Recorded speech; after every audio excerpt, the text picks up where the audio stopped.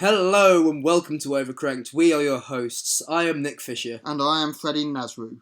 And today, well, you'll be hearing this on Sunday or Monday, depending on when we upload it. But I am away for a lot of the weekend, so it's now Wednesday night. It is, yes. We are recording early for you lovely people. We are. Oh, shit. Have we uploaded Mission Impossible yet? No, not yet. Jesus. Okay. Sorry that Mission Impossible was late. That could be up tonight. Been uploaded by the time you heard this. It will be uploaded on the evening of the day we record this. Excellent. So Wednesday. Wednesday, yeah. It'll have been uploaded by the time you hear this. 4 or 5 days, something like that. Yeah. What, from now? No. No. It would have been up for 4 or 5 days. Well, this will go up Sunday. So yeah, or Monday, 4 or 5 days. Yeah. Excellent. Sorry, I cannot count, clearly. Today, or this evening, yes, Freddie broke his MCU duck. I did. Tell us, Freddie. Yes. How was your first? It was good. Yes. Benedict Cumberbatch. There's worse people to have the first time with than Benedict Cumberbatch. Very true. Very true. All right. This is our Doctor Strange review. Yes. We will talk about. Oh, sorry. No, I was going to say yes, Doctor Strange. Okay. Mr. Doctor. Yes. That's a little strange. Yes. We're gonna talk about it without spoilers, and then we'll hear the good old spoiler alarm. Yes. And then we'll talk about it with spoilers. Yes. So, Freddie. Yes. As someone who has no knowledge of the MCU whatsoever and hadn't seen any of their previous content, did you feel like you needed to have seen anything prior to this before going in? Let me put it to you this way. Okay. I'm pleased I saw this first and not Civil War. Aha, yes. That's a good way of putting it. So yes, if you're unversed or not well versed in the MCU, it's not a problem, really. Yes, not at all. Not at all. So go watch it. By the way, it's good. We both enjoyed it. Yes. It's not like, again, we'll talk about this more in spoilers. Well, it's not really a spoiler. I was telling Freddie this. I thought it would be more serious than it was.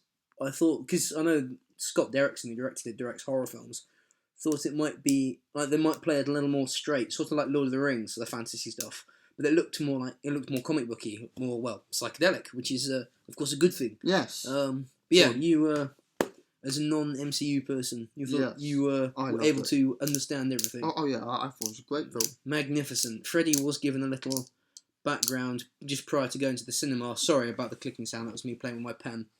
About the Infinity Stones, which, guys, if you haven't seen any MCU films, you don't need to know about the Infinity Stones to enjoy this film. They get one mention, and that's it. And that's just really to remind people who do know about them that they're there. Yeah. It's worth seeing, isn't it? Yes. It's nothing. Well, it's the plot is very Iron Man, Ant-Man, first Captain America. It's a superhero origin story, but there's so much more to it than that. Not in the plot, but the action sequences, particularly. There's the one at the end. The one that takes place in Hong Kong. Yeah. That's very good. It is. When it gets to a certain point, and then there's a big change, because Strange uses... Yeah? Wait, I thought you were miming something. Were you just scratching? Okay, he was just scratching. Yeah. When he uses a particular device... Yes. That sequence is fantastic. Yes, it is. We'll talk about that more in spoilers. Yes. But yes, it's... I think... If Iron Man which laid down the formula, it was the Goldfinger of the MCU.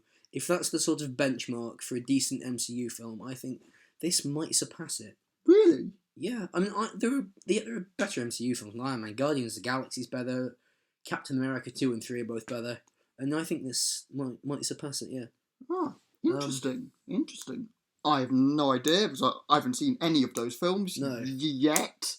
I am going to be watching them and over Christmas, and I may form some form of account while I watch them. I'm going home this weekend, so do you want me to bring any of my... I've got a lot of them on DVD. I don't have all of them, I don't think. but I've got most. I don't have the Hulk or the Incredible Hulk, the Edward Norton Hulk. Well, I don't have the other one either. But this isn't really important to listeners. We'll talk about this off air. Yes. Anything else you want to say to anyone who hasn't seen it? It's very trippy in places. I thought I had LSD for lunch at one point. Yeah, it is. And there's so much of the trippy stuff that's not just ripping off Inception. There's so much. There's 2001 Doctor Who opening titles, Interstellar kind of imagery, but not riffing off any of one of those things or ripping off any of one of those things. Yeah. It's doing its own thing. It's similar to those, but I don't think. I mean, maybe 2001 was an inspiration because that's so loved. But this is more. It's more magic-y than spacey. But there's a sort of blend, kind of like you wouldn't know. But in the first Thor film, that Thor has a wonderful line. You call it science. So sometimes you call it science. Sometimes you call it magic. Where I come from, they're one and the same. And there was a nice visual representation of that. In the trippy bits, the really trippy bits, was the first really trippy bit. No, the very first trippy bit is the beginning, really, isn't it? The opening scene. Yeah. Oh, yeah. But after that, the first time Doctor Strange goes into trippiness. That's extremely trippy. That's how I'm describing it. He goes into trippiness. Yeah, I've never taken LSD. Same here. I don't want to. I'm not interested in drugs, but that's how I imagine. That's how when you're a kid and you're told about LSD in school, that's how I pictured it. Yeah. But I didn't picture Benedict Cumberbatch. No, because we didn't know who he was then. No. Alright, so.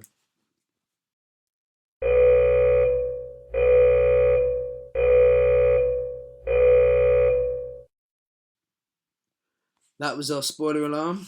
Yeah. Freddie. Yes. The plot. Did it make sense? Yes. To you? To me, it made perfect sense. Because it's an origin story. I didn't jump in halfway through a ongoing narrative. Nope. Mads Mikkelsen's character, whose name I've already forgotten. It is Kai Phileas. Kai Phileas, thank you.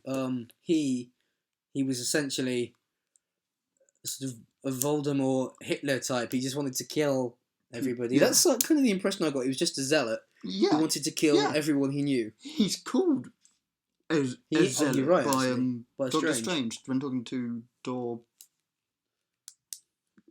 Dormammu. Yeah. Dormammu. I'm sorry, I keep talking. I just want to write something down on my notes. Yes, what else? Tilda Swinton is very good. Oh, well, keep talking about the plot. The plot. We've got a list of things. Yes, right, the plot. It, of course, begins with Doctor Strange just as a normal surgeon. Well, okay, I just needed you to make noise until I've written down this thing. Okay. Which we'll get to. Apologies, guys. Okay. Now we're actually almost 10 minutes in. Now we're going to start talking about the film properly. Yes. Yeah, the plot, like we said, pre-spoiler alarm, it's nothing new, but nothing bad. Like you can't, when you're making a film about a character like this who is introduced to this a sort of extraordinary world, whether it's or knows about, like when you're making something like Iron Man or Captain America or Ant-Man, whatever, there's always going to be similarities in the plot, and it's a superhero origin story. You can only... It's sort of like a horror film where the monster is made in sort of the first act. You can only do that so many different ways, and so I don't think Marvel should be criticised for a lot of their first films being the same, because it's the same as most of the Bond films being the same. They have a formula, and it works. Yeah, and it's good, isn't it? We were, you liked it then. Wait, shit. What am I saying? You don't know. Well, now you do. It's pretty similar to other origin stories and films in the MCU. Yeah, it was good. I liked. Well, I don't know about you, but didn't you think? No, actually, I was gonna say something that was sort of a criticism then, but I don't think it's fair. I was going to say it's unfair it's odd that Strange, having not been around for so long as these other wizards, which is essentially what they were, picked it up so well, but then someone does say he has a gift for it. Yeah. He was kind of almost like Rey in Force Awakens, with the Force could just sort of do it. But there is, I think, a belief that could be because Kylo Ren opened up something in her mind when he went into her head. But I think Rey's a sort of a chosen one type who is not in Doctor Strange. No. So that's not relevant. No, it's not. But it was to explain what he was saying. Yeah, it was. Yes. It was great. Plots and things. Characters, people. Okay, yes. What did you think of Benedict Cumberbatch? Very good. Put an American accent very well. Yeah. I don't speak one, of course. No. But that's what I imagine Americans to... Well, I know Americans on the team, Americans on TV, and I've been to America twice, so I don't know why I'm saying this stuff. It's better than me just saying plot shit, isn't it? Yeah. What did you think of... Chightwell... How do you pronounce that name, Freddie? Chiwetel Ejiofor. Chiwetel Ejiofor as Mordo. He's given second billing, and I suppose he's sort of Strange's Ron Weasley. What did you think of him? Just his buddy. An interesting character. Yeah. He's very much a by the book type of person. Isn't he? He's sort of... Oh, something I forgot to say about Strange, and I've now again forgotten. Oh yeah, I thought, and this isn't a criticism, this is just something I noticed. I thought when Cumberbatch was doing his doctory bits, when he was talking about taking the brain out of someone's head, he was a little bit Sherlocky, which I don't think was a bad thing. I mean, it's the same actor, so of course. So there will be some I think he was perfect casting. He's like, sorry, we'll stay on Strange for a little bit longer. He is sort of dream casting for that role, and by that I mean he's what all like. If you read any fan cast for a Doctor Strange film from 2, 3 years, 4, 5 years ago, even Benedict Cumberbatch is who people want as Strange. And it's sort of like Ben Affleck with Batman. People will probably be scoffing at me saying that, but he was on a lot of Batman fan casts, not as many as Cumberbatch, but he's sort of like ideal casting for that. And I remember thinking when I heard that he was being considered, I remember thinking, well, maybe he'll think he's better than that. I don't know, he's better than superhero films or something. But he didn't, and well, I guess they paid him a lot of money. Oh, yeah. But and probably giving him a... Well, we know about one more film. Yeah, 2 more. 2 more, he was, yes. Sort of dream casting. I thought it was very good. I don't know if there's been criticism or will be criticism of his American accent, but I thought it was pretty good. I thought it was pretty good. Yeah. All right, Mordo. Mordo. Yeah, he was very by the book. Yeah, he was quite almost like a goody two shoes in a weird way. Yeah. But he was sort of Strange's ally, his buddy. I think he'll be a villain. I mean, we've got, of course, the post-credit scene to talk about, where it seems like he will be. But I know isn't he in the comics? As I understand it, he's the sort of evil alter ego to Strange, in the same way that Iron Man has Ironmonger, or Spider-Man has Venom, or whatever else. And I quite like that kind of villain. It was they do it really in a lot of the MCU films. Iron Man, the first 2 Iron Man films, are Iron Man fighting evil Iron Men. Then bloody Captain America, first it's Red Skull, then it's Winter Soldier. In the second one, okay, Winter Soldier's not evil, but he's a sort of analogue to Cap. And Thor, of course, it's his brother. Ant-Man, it's a guy with an Ant-Man suit with laser cannons on. And maybe it's something the MCU overused, but I quite like the character, the evil, or the possibility of what the hero could be if they were a lesser person. Which is why I think in Superman stories, Ultraman is a better villain than Bizarro, because he is Clark Kent, just raised differently. He was good. Am I talking too much? Nah. You sure? Yeah. Because I do talk over you quite a lot in these. Well, I have a very limited knowledge on this subject, so... Which is why you're the perfect person to discuss it, because you don't have silly biases and things. No, because I don't have any. I don't know anything, so I can't. It's impossible to have biases. Ah. Yes, it is, exactly. Yes. But you You liked him? Yeah, I'm definitely going to go into more of the MCU and Excellent. yeah, definitely watch them all in release order. I think Sorry, I'll stop doing the thing with my pen. maybe the best way is it to watch them? Okay. Yes, release order. Yes. Yeah. Well, who gone next? Right, bloody Tilda Swinton. Very good. She was great. She was less like in the trailer. On the trailers. She sort of reminded me a bit of. It's an unusual point of reference, maybe I don't know, but Kate Blanchett's character in Lord of the Rings. Is it Kate Blanchett? Yeah. Elf Queen. Yeah. But she was less Yoda-like than I thought she would be. Like she talked in a more normal way a lot of the time, and I thought she'd always sound like a narrator or like she was talking in sort of sound bites, but instead she actually sounded like a person. And she talks in an English accent. She does, because the Americans think the English are weirdos. Yeah.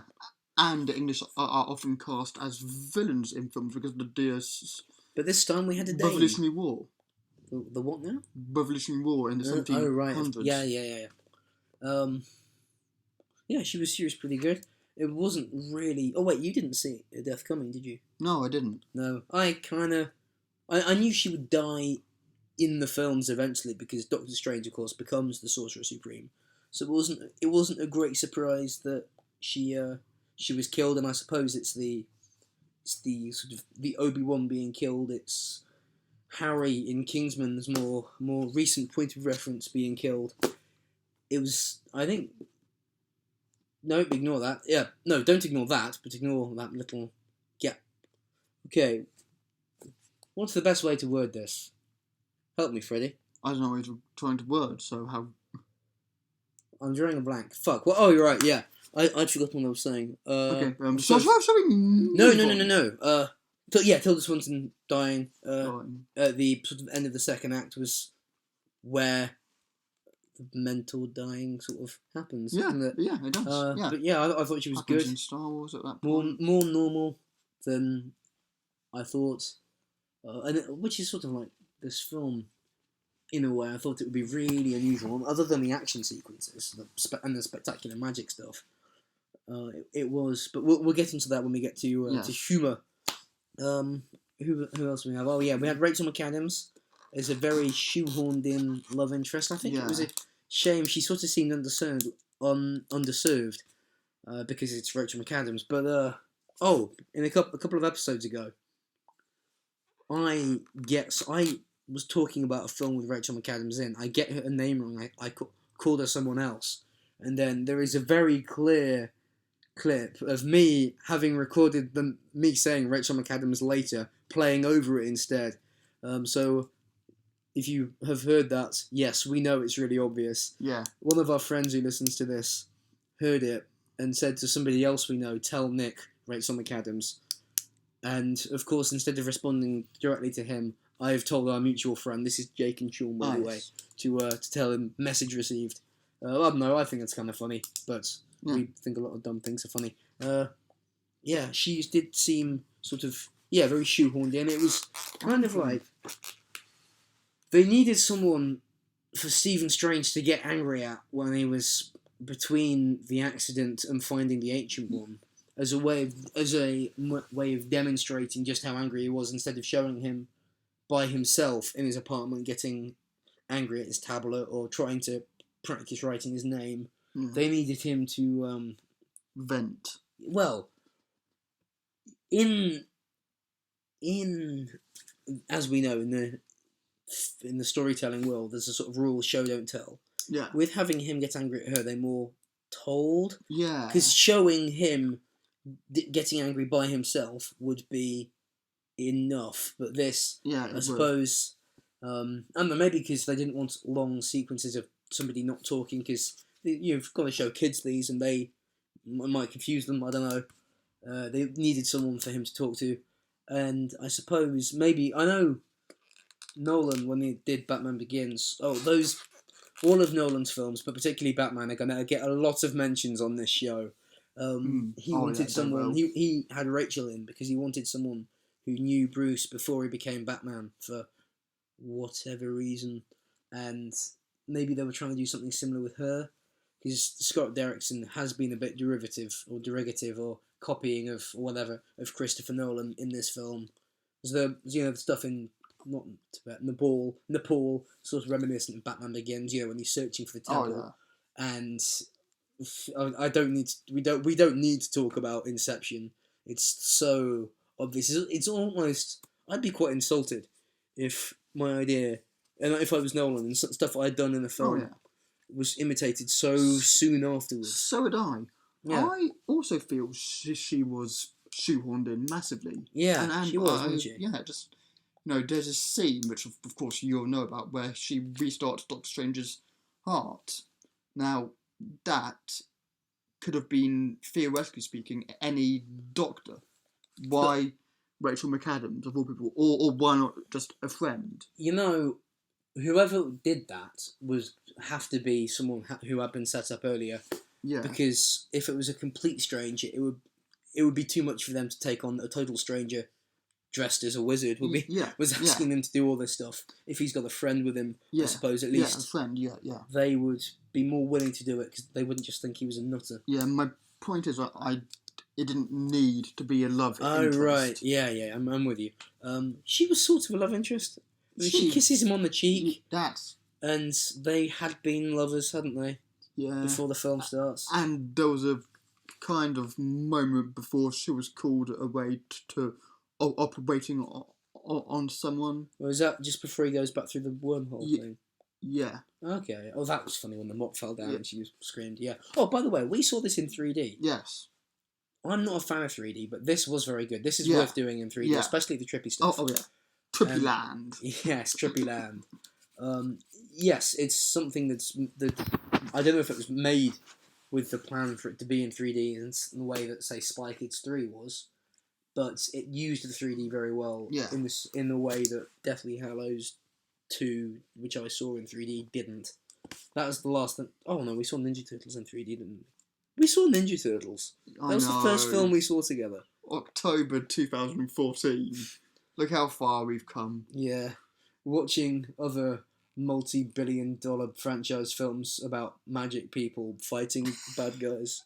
Well, the Turtles aren't magic, they're science fiction. Right. Bloody Mads Mikkelsen. He was great, wasn't he? Yes! Mads Mikkelsen did what Mads Mikkelsen does. Turned up, does the job very well, and then leaves. Very sinister. It's the fourth thing I've seen him in. I've seen him in some Viking film. Oh, fifth. I saw Arthur. I don't remember. I don't remember much of Arthur. I didn't finish the Viking thing. I think it was a Viking thing, and I think it was him in it. But he was being a scary guy. He was being Hannibal and Le Chiffre, wasn't he? Yeah. Yeah. Casino Royale, Hannibal, and he's quite deadpan, isn't he? And this are, I think, the only things I've seen him in. Yeah. But of course, that will change in Christmas when Rogue One comes out. He's in. Have you seen bloody Clive Owen King Arthur film? I think it's just called Arthur. No. No. Okay, he's in that as someone. He's one of the knights of the Round Table. He might be Galahad actually. Ah. Or that could be Hugh Dancy because I know he, for the other guy in Hannibal, is also in that. I'm really sorry about my pen. I've got to stop playing with it. I'll put it down. Favourite character? Oh, I know who your favourite character was. Wong. Yeah. Wong. Benedict Wong as Wong, the librarian. So funny. Yeah. Just the way he doesn't pick up on any. Well, he does pick up on any of the music references that Strange gives him, and then you see him listening to Beyonce's Single Ladies. And that's a good segue into the humour. I love the humour. I have a theory, and I was telling Freddie about this. I think this was funnier. This isn't the theory that it was funnier than most of the MCU films, but I think it was. And Guardians has probably been the funniest so far. And I think, well, we know that the reason those films have as much humour as they do is for people who aren't maybe as fussed about the science fiction and magic elements to have something else to enjoy if they're watching Captain America thinking, well, this is a bit silly, which I don't think it is, but there will be people who do think that, but they can enjoy the jokes. I think this had more humour than most of the others for the same reason Guardians did, because this was more removed from normal, like Captain America. That's all set in Washington. Iron Man's in Malibu. The Avengers is New York. Ant-Man is also New York, I think. Yeah, I think this had more humour because it was more. The rest of it was more unusual. So it was extremely comic booky. So they wanted to be extremely normal. Yeah. Does that make sense? Yes, it does. It does. Wonderful. It does. One of my favourite bits of humour is the bit in, I think it's the New York Sanctum, where Doctor Strange gets his cape. Yeah, that's and it stops him from moving at a few points. And well, another bit of my favourites was what's the line? The conversation between Cumberbatch and Mickelson about Doctor Strange's name. Oh, I can't remember exactly how he it goes. calls him, well then, Mr. Doctor. Mr. Doctor. It's a little strange. No, Mr. Doctor. It's strange. Maybe, but who am I to judge? Yeah. That's very funny. Yeah, that's a very funny bit. Yeah. Humour and thing. Oh, the cape. I was going to talk about the cape. The cape. Just you mentioning it reminded me. Sort of reminded me, this is a weird point of reference, of the carpet in Aladdin. It was flying rug and it was a bit cheeky. Because it sort of had a personality of itself. Yeah. Favourite character. That's my favourite character. The cape. The cape. Actually, my favourite character was probably Strange himself. Cape. But yeah, the cape was pretty great. No, fuck yeah. My favourite character in Doctor Strange, the cape. The cape. Who played the cape? Was it Cape as the cape? It was just like Buckbeak in Harry Potter. No one plays Buckbeak. But Buckbeak could be one, or sorry, Witherwings could be one's favourite character. Okay. Yeah, okay. If you got the Witherwings thing, you're awesome. If not, you're a fucking idiot. Freddy does not look happy. He's smiling, but it's a sort of confused smile. I'm deeply confused. Shall we stick on Doctor Strange for now? Yeah, we probably should. Yes. Not too. What the hell have I written here? Not too much. Oh yeah, there wasn't. Oh, we sort of talked about this at the start. But do you want to talk about? Do you have any more to say about sort of the lack of MCU baggage? No, other than I'm pleased. Yeah. I think it's good. I know Marvel. Okay, guys. I'll be completely honest with you. I can't remember if we discussed what I'm about to say on air or not, but we have discussed it. Okay. So if we've already heard it in the episode, I'm really sorry. But Marvel are getting to the point now where they've said they're making their films expecting people to have seen other films. And I think that's a bad idea because... Well, I say other films. Other of their films. Like, most people have seen a film before. At some point in their life. Yes. I dare say you'd seen quite a few before tonight. Yes, I've seen about maybe 100, 150 potentially. Who knows? Anyway, yeah. I think it's a bad idea that they would begin making films with expecting people to know what's going on with sort of their big long running plot lines, because one of the things that makes their films so user friendly and so successful is the fact that non-comic book people who don't know about the Infinity Stones and all that kind of thing, or Hydra, can enjoy the films. But this didn't happen. They didn't do what they said they were going to do in this, which is a good thing. Mm. Yeah. I expect they will do in films like the next 4. I'd imagine the next Thor.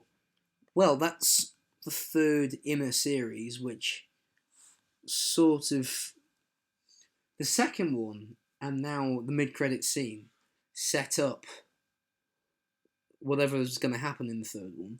But I think that will require people to have seen the second one because of what we think... Because it's going to be about the search for Loki. But we'll get to that later. Oh, when does Thor Ragnarok come out? Oh God, I don't know. Must be. It's within next year, I believe. Within the next year. Yeah.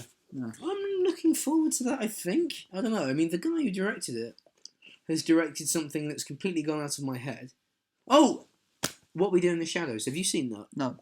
Well, it's a mockumentary about vampires. Ah. About 4 vampires who live in a house together. Okay. And it's hilarious. And the guy who directed that, of all things, has been chosen for Thor Ragnarok. Whatever he's got planned, I think it'll be good. I think it'll be better than the first 2, which aren't bad, but aren't brilliant. The MCU has turned out better.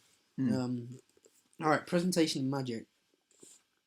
Did all the magic stuff make sense? Yes. Yeah. To me it did, at least. I I didn't feel lost at all or anything, so... In the opening scene... Yeah. When they go into the mirror dimension, I remember at first being kind of confused and then thinking it must be something sort of like that. Yeah. They're in a sort of parallel universe that's running sort of side by side with our one. But you kind of know about fiction, I suppose. You would think something like that in that scene, but it didn't dawn on me straight away. But that scene was cool. I think that was a good way to set up. I imagined they'd just go straight to Strange in the film, but I thought that was a good way to set up the world, the rest of this film, and all the weird, trippy shit you see. One of the first things I saw in a Marvel film was a decapitation. Well, I didn't see decapitation. I saw the shadow of it. Yeah, that was a great opening. Yeah, I liked. I was thinking more about the sort of kaleidoscope buildings and stuff, twisty, whirly. Yeah. But yeah, I realised what you mean. That was a good way to open it. It was. The heading. That was cool. I liked that they sort of made that when Strange is practicing his magic, it looks like he's doing martial arts, because martial arts, or some martial arts, have sort of roots or their origins overlap with mythology and ancient stories about magic and stuff. Like, I know when I started Taekwondo like a month ago, and some of the names in that are named after things that overlap with an Eastern religion. I won't pretend I can remember which. I want to say Buddhism, but I'm not sure. I'd have to check with well, he's not we don't call him a sensei. I think he's just master. Yes, it was cool that the magic movements Strange does are based on sort of martial arts. I liked seeing the sort of school as well when they're all outside. What do you think of the school and the presentation of magic, Freddie? Seemed fine. Yeah. No, I don't really have anything to say about it other than it's there, and I wasn't lost by any of the concepts of it, Yeah, I liked the astral plane fight. Oh God, cool scenes. I've got here. Okay, favourite, just like magic-y, fucking weird, kaleidoscopy vision, set piecey thing. My favourite bit has to be. Oh shit! I don't know. Shit. It's either Strange's first trip into Trippy Land, or the bit in this I think it's about halfway through in the city where it all basically gets crushed and and there's a lot of right angles and things don't make sense and it all goes upside down and back to front and inside out and all that kind of stuff. I thought my favourite was when they're fighting while the explosion or the attack on the Hong Kong Sanctum is happening backwards. I thought that was fantastic. Yeah, that was really clever. Well. Like, whoever came up with that, I don't know if it was Scott Derrickson or one of the writers, because I know he was involved in the writing as well. That was really good. That was better. I mean, yes, I'm sort of getting tired of seeing cities destroyed in MCU films, but that was at least they did it differently. Yeah, so you get it rebuilt instead. But that was really cool. To have this fight take place in this sometimes frozen, sometimes backwards world where you've got people falling up onto their feet. Things it was really good. I liked the first trip as well. I liked a bit with the fingers. The fingers like grew hands and. Now, guys, please tell us in Doctor Strange's first trip. Tweet us at the Overcranked.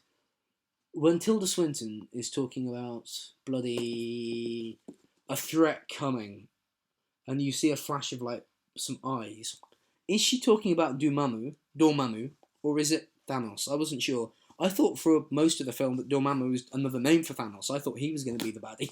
But yeah, I wasn't sure if it was just if that was a reference to Thanos or not. If you guys know, let us know. And Yes, yeah, if you please noticed do. any Easter eggs, like I don't know, I know there's apparently in the micro world in Ant-Man, there's apparently some reference to Doctor Strange. I can't remember what it is, but if you noticed any Easter eggs in the film, please let us know. Please I do. think there was a reference to Rhodey. I wasn't sure when just before Strange crashes and he gets the phone call and someone's saying, his buddy's saying, "Oh, there's a Air Force guy who's got a busted spine." That might be a reference to one of the other MCU films. I'm not going to tell you which one. Listeners will know. I thought there were references to other films at that same. Oh yeah, well, one of them definitely. Well, one of them might have been. I don't think the other two were. Okay. Yeah, but good thinking. I thought that's how they would slip in. Yeah. Read that kind of stuff, how they slip in references to previous films. Maybe you'd make a good superhero director. Who knows? Who knows? Who knows? Yes, Doctor Who. Yes. Christ. What was? Oh yeah. I've that backward scene that I was talking about. That's what I was talking about before the spoiler alarm. When I was talking about Doctor Strange using a certain device to change a fight or something, because I didn't want to ruin the backward scene for those who haven't seen it yet. But yeah, it was pretty great. The first trip was good. Yeah. Any bad things, Freddie? My only gripe. Oh yeah, I know where this is going. This is the only. It's very minor. There's no consequence at all to the film or anything. Enjoyment at all. It's just down to my personal taste. One of Pink Floyd's songs from their first album, "The Piper at the Gates of Dawn," the song is used in Doctor Strange. The song is Interstellar Overdrive, and it's used in the sequence leading up to Strange crashing his car, and right at the beginning. And I think that was song choice. It's a perfectly fine song choice for a film like this, but I think it was misplaced in that I think it could or should have been used in the first trippy scene that Doctor Strange experiences. Yeah. That is the only gripe I have about it. My only sort of gripe is really the way she seems. Rachel McAdams' character Christine Palmer did seem a little shoehorned in. But that's about it. I thought it ended very suddenly. It was quite short, wasn't it? It was quite short, yeah. I remember we both thought when Strange goes to the New York Sanctum and it's attacked and he meets Mickelson, we both thought that was going to be the end of the film, didn't we? Yeah. I remember thinking, no, it can't be. It can't be this short. And of course, we were wrong. Yeah. But any more cool scenes? No, it's not. We're going back up, but let's there. We're going backwards. Yes. Just like Doctor Strange. I liked the way he beat Dormammu. By repeating time effectively. Yeah. How did he get out of that? No clue. Because surely if he was repeating time, he would just be killed wherever she was. I don't know. He figured out a way. Yeah. Okay. So, guys, thank you for listening. Oh, yeah. Freddie, how could we forget the all-important Overcranked rating? Freddie, Overcranked Commander-in-Chief. I have a question for you. You'll never guess what it is. On a scale of 1 to 10, 1 being Batman and Robin, 10 being the good, the bad, and the ugly, where would you place Doctor Strange? You know what?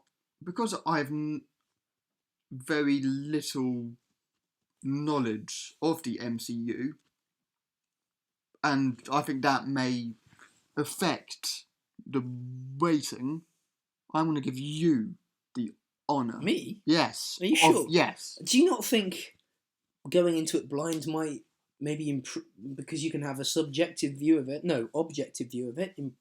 Make your rating fairer. Like you won't be.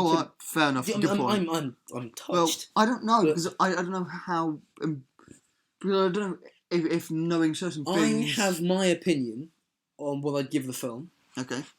You should declare the official Overcranked rating. Fine. But I have what I think it should be as well. I would give it an 8.